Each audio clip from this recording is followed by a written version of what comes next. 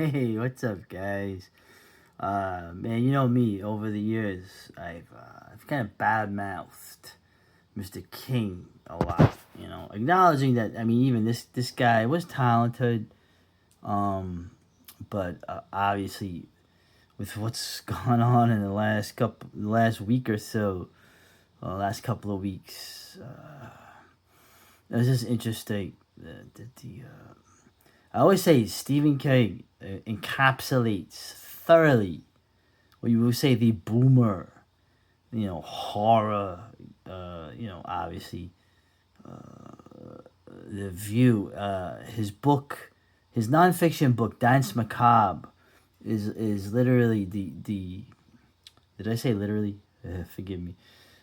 Dance Macabre is such a boomer a truth narrative to take a little thing from Mr.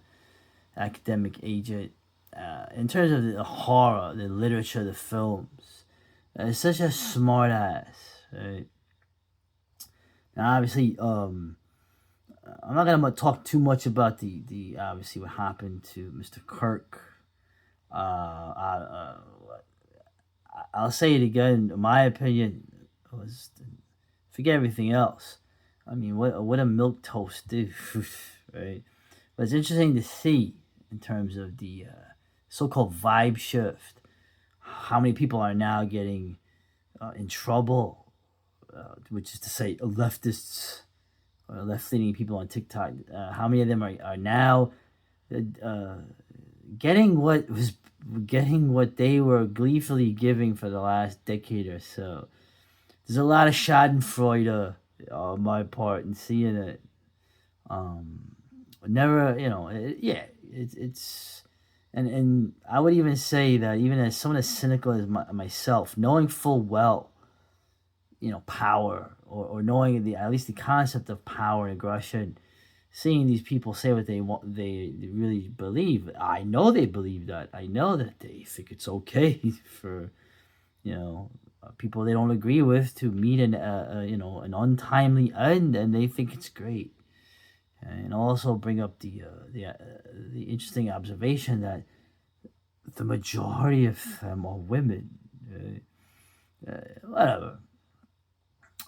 In terms of the greater picture, although I'm not too. I'm like a total free speech, do what you want, kind of person. With the limits that all civilizations would have had on whatever actions or behaviors there were. But it's just interesting to see that now it seems like the pendulum has shifted. But I just want to say the people who are in charge, right? The elites, the real power behind the scenes. Those people have not changed at all. Okay, so when people think that now things are on our side because the Drumpf is now the president, uh, whatever. The same people are still in charge. You gotta ask yourself why they've allowed things to go the other direction. Um, there's a pretty clear reason it happened in October a couple of years ago, but the real I don't wanna go off on a lot of things. Right? Bottom line is with Stephen King, obviously, this thing here, he had to throw his 2 cents in to someone, who was, I mean, brutally murdered. Man. It's something you see, and it's funny the different layers of it. But the bottom line is that what no one has ever brought up, and what I think is interesting, is that Mr. King, he wrote a novel, okay, where a similar thing was done or attempted.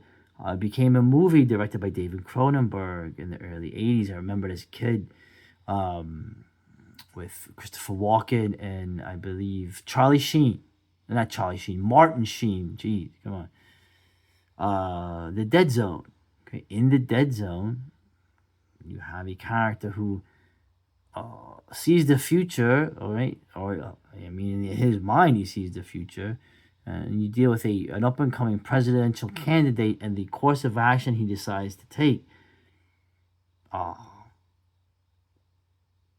I mean, is in his book. Okay? Now, I'm not saying that that it has anything to do with the thing that has happened. I mean, in a lot of ways, it's ridiculous. Okay, like what happened in Charlotte on the light rail with the Ukrainian woman. I'll say it again. Everyone's really. It is a disgusting, horrible thing to see. It's infuriating. Okay. Um, but like I keep saying those things like that have been happening since the 1960s, more than a century and a half in America. Okay, it's just now you can see it up close.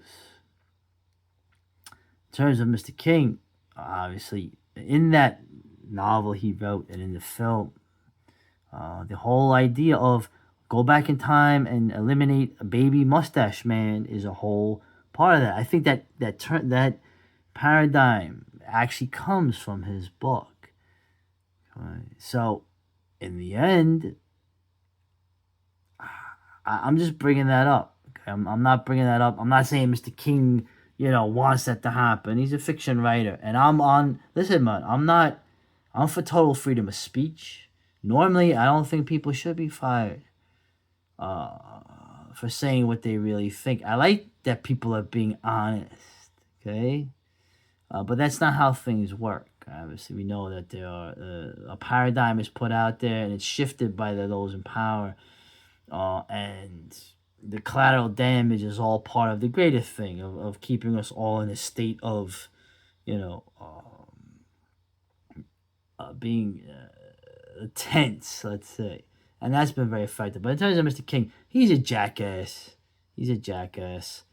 And it's just interesting how that no one's bringing up the fact that his very work brings up the very paradigm of if to the minds of these people that you see in these videos gloating and crying when they're fired and all that, is that yeah, they when someone tells you what they're about, believe them the first time.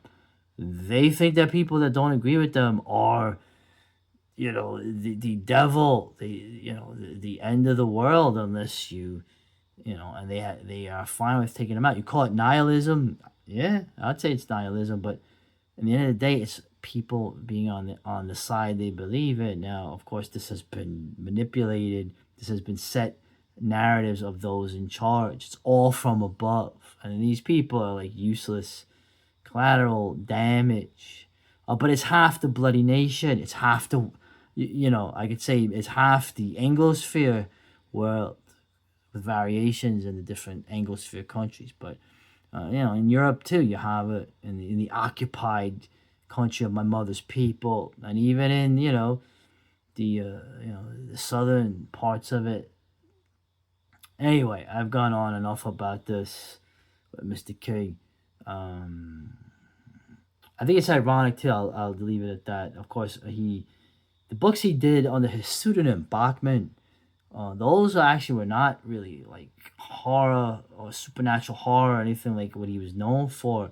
They were kind of like dystopian mayhem novels. And it's interesting that he did the one novel he did about the guy in the school doing, like basically a shooting, right, of people. How he took that out of print because of the events in America over the last couple of decades. But he was fine with the Dead Zone, and what's the logical conclusion of what was in that novel?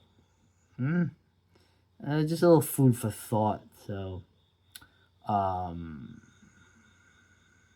in some ways, like I said, it's good that these boomer narratives are going to fade along with them as they're checking out.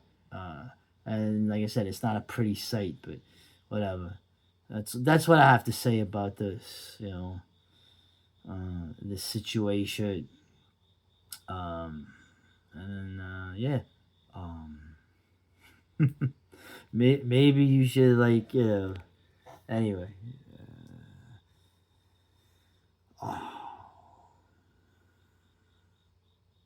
I don't care, but you know what? Say whatever you want. Keep putting out stupid shit out there. It just degrades you and dishonors you. Fine.